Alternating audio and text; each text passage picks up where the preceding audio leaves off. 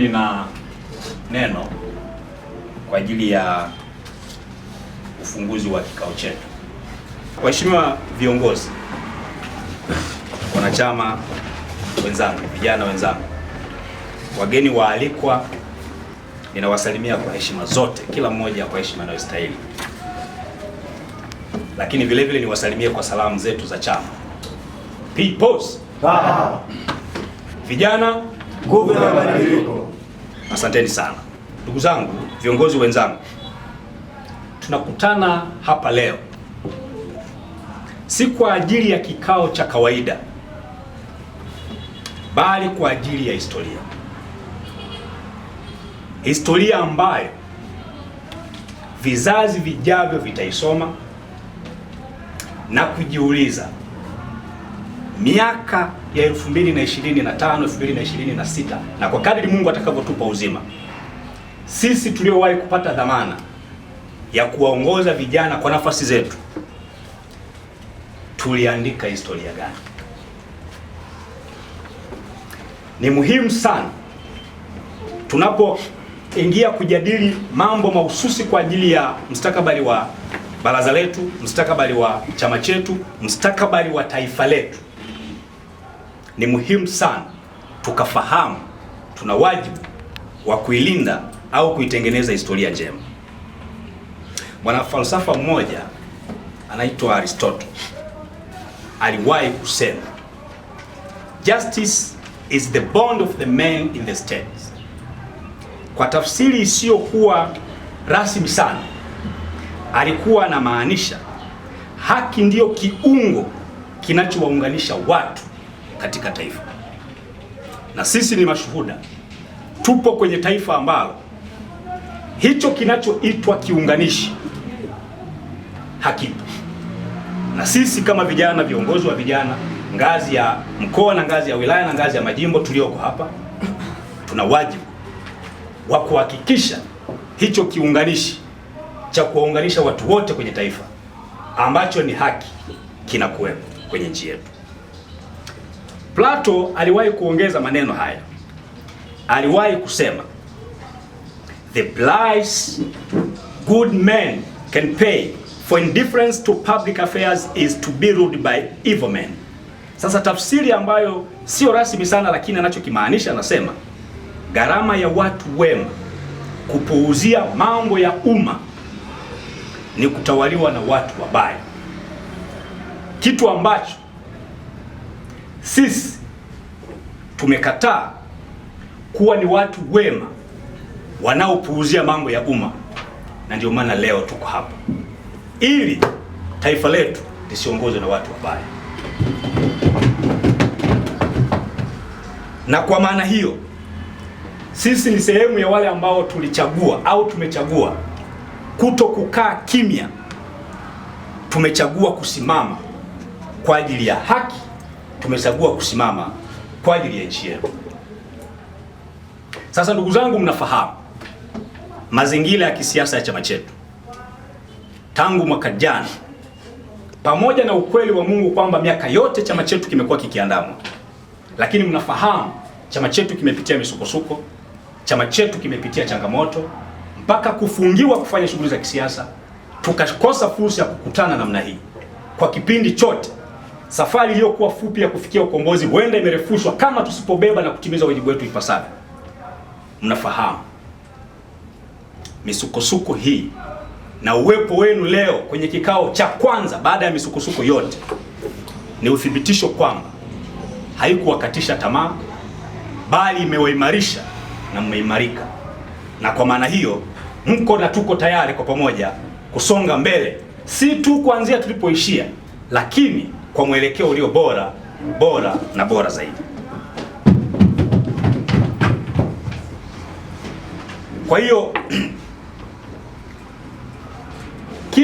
kwa sababu sisi tumechagua kusimama katika upande wa haki, tumechagua kusimama katika upande wa wema, na kitu pekee kinachohitajika ili uovu ushinde ni watu wema kukaa kimya au kutochukua hatua pale mabaya yanapotendeka. Sasa sisi hata kikao hiki ni ishara ya utayari wa kuchukua hatua katikati ya maovu na mabaya yanayoendelea kwenye nchi yetu, na mimi kwenye hilo nawapongezeni sana. Mnakumbuka nchi yetu mwaka 2025 Oktoba 29, taifa letu limepitia rekodi na kumbukumbu mbaya kabisa. Watu wameuawa, familia zimepoteza wapendo wao. Waathirika wakubwa wa kilichotokea Oktoba 29 ni vijana wenzetu waliopoteza maisha. Kwa kuna wanawake huko sasa hivi ni wajane kwa sababu kuna vijana wenzetu wameuawa. Lakini kuna watu wasiojulikana mpaka sasa wako wapi kwa sababu ya mwendelezo kuwa na taifa ambalo halijali na kuzingatia haki. Sasa kwa sababu Martin Luther aliwahi kusema injustice anywhere is the threat to justice everywhere. Kwa tafsiri isiyo rasmi alisema dhambi ya ukosefu wa haki mahali popote ni tishio kwa haki kila mahali. Na kwa sababu hiyo sisi lazima tuhakikishe haki ya watu kuishi kama haki kuu na haki kubwa kuliko zote inalindwa, inapiganiwa kwa nguvu zote. Na nitoe wito kwenu ndugu zangu, tusiache wito huo wa kupigania haki ya watu kuishi. Wale watu ambao wamepotea na hakuna majibu ya serikali mpaka sasa, ukiacha hicho kinachoitwa tume ya rais, na bahati nzuri rais mwenyewe alisema tume ni ya kwake, na ni ukweli pia ni ya kwake, na hata walipopewa ripoti alitoa msisitizo akasema ripoti ni ya kwake. Kwa mpaka tunapozungumza leo, matukio yaliyotokea Oktoba 29 mpaka leo hakuna tume jumuishi ya ukweli inayoleta makundi yote iliyoundwa kwa ajili ya kutuletea ukweli, ili kama kuna watu wa kuwajibika wawajibike. Mpaka sasa hatuna hiyo tume, na ni wito wetu na ni msimamo pia wa chama chetu mara zote kwamba kwa yaliyotokea watuhumiwa hawezi kuunda tume wajichunguze wenyewe. Na mmesikia tume iliyoundwa, taarifa zinazoitwa taarifa za vifo, watu waliouawa wamekusanya kutoka kwenye mamlaka za kiserikali. Serikali inashutumiwa kwa yaliyotokea, taarifa zinakwenda kukusanywa kwenye mamlaka za kiserikali.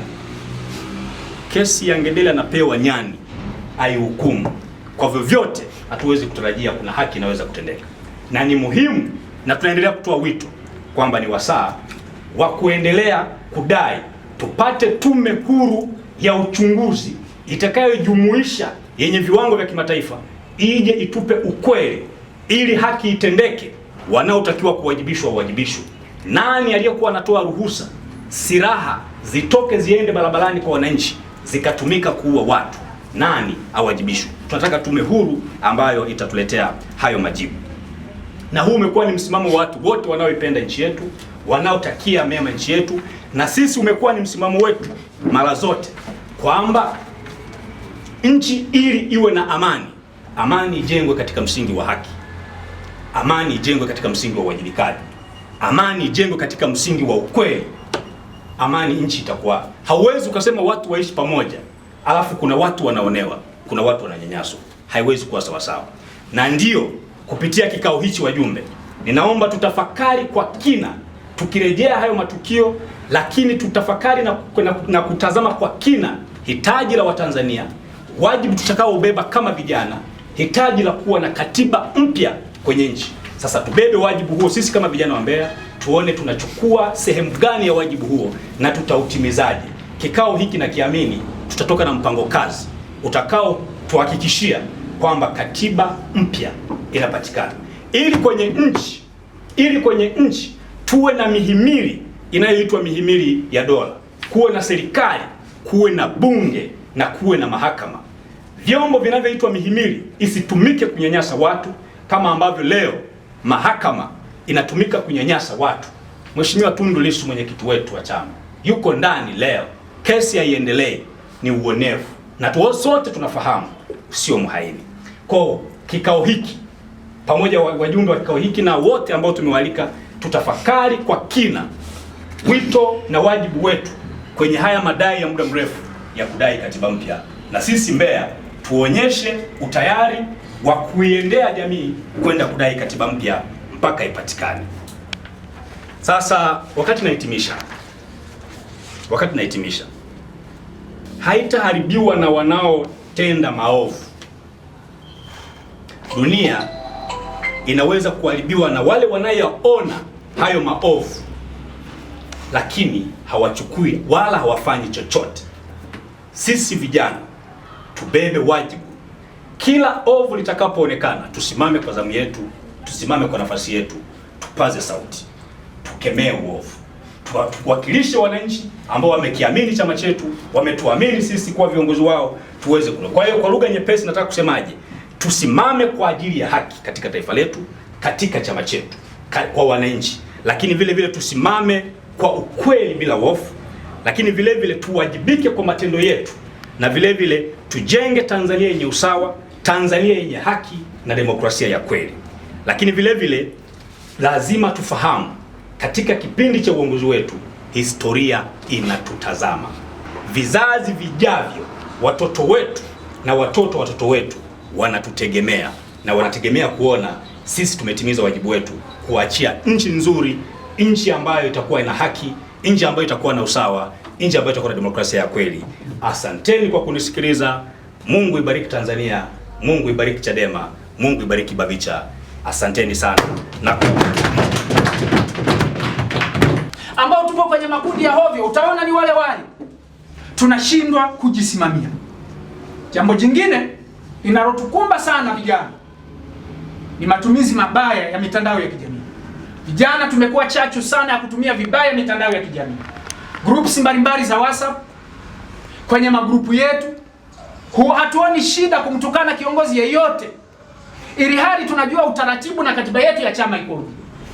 Hatuoni shida kumdhalilisha mwenzetu yeyote, ili huku tukiwa tunatambua kabisa katiba na miongozo ya chama iko hivi. Ni moja ya changamoto. Vijana wa Mbeya tunatakiwa tusiwe hivi, kwa sababu wewe kesho ndo utakuwa kiongozi, na wewe maana yake utatengeneza vijana na wewe wa kwanza kutukana vile vile mitandaoni, kwa sababu wewe ndo muasisi wa kufanya hiyo jambo. Sisi watu wa Mbeya tusiwe hivyo. Makamanda peoples. Makamanda peoples. Jambo jingine kutokuwajibika. Vijana tulio wengi hatuwajibiki kwenye maeneo yetu.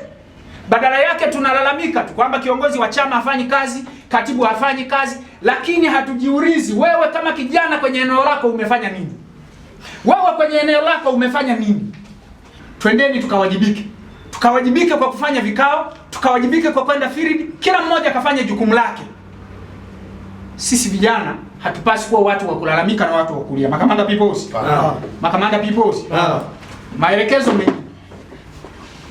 Kutokana na yaliyotokea tarehe 29 mwaka jana na mambo ya kufungiwa shughuli zote za chama takriban siku 310 na kidogo, ni kwamba mambo hayo yote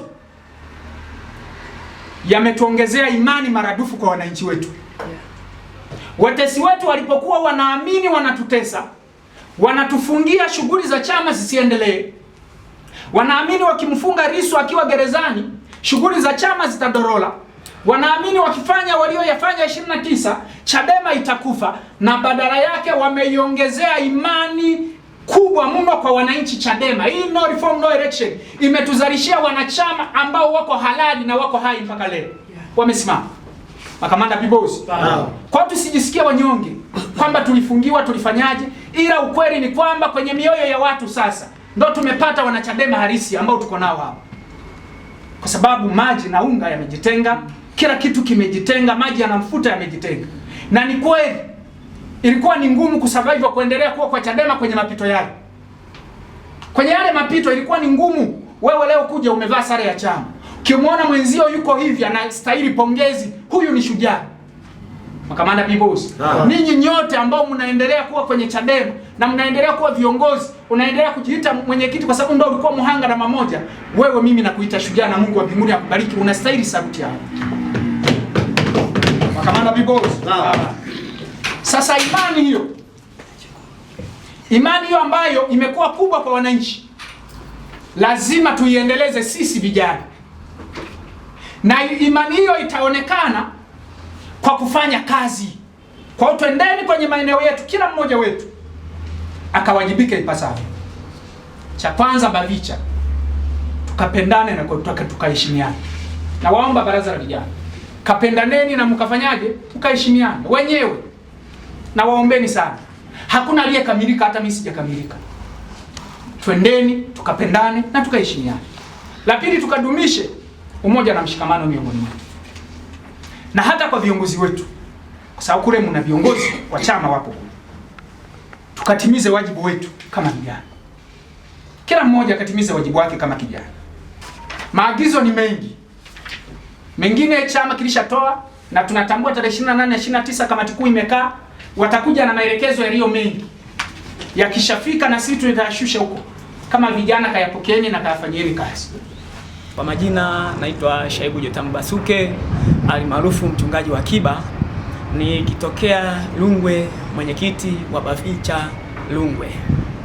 Sisi kama BAVICHA mkoa wa Mbeya tuna mpango kazi wa kwamba tukiendeleze chama kwa ustadi sana, hata chama chenyewe kifate mpango kazi wa BAVICHA. Maana tumeona BAVICHA ndiyo chama ambao BAVICHA ndio wenye uchungu sana wa kubeba maono ya chama. Tumeona nchi yetu inafika pabaya sana, lakini mpango wa sisi wana Mbeya, tunataka tuitengeneze Mbeya irudi kwenye mfumo. Tunataka tuitengeneze nchi kwa ujumla irudi kwenye mfumo, maana nchi yetu imeshaingia na waovu. Yaani waovu ndio walioshikilia nchi. Sasa kama Chadema ambao ni jicho la nchi, tunahitaji tuingie kazini, tufanye kweli ili tuitetee nchi yetu kama jinsi Mungu alivyotutetea, na sisi katufia msalabani kwa ajili ya dhambi zetu, na sisi tunataka tufate kama Yesu alivyokwenda kuwatetea wanadamu, na sisi tunataka tuwatetee Watanzania. Kwa majina naitwa Hassan Friday Mwamwembe, ni mwenyekiti wa baraza la vijana la Chadema jimbo la Mbeya mjini.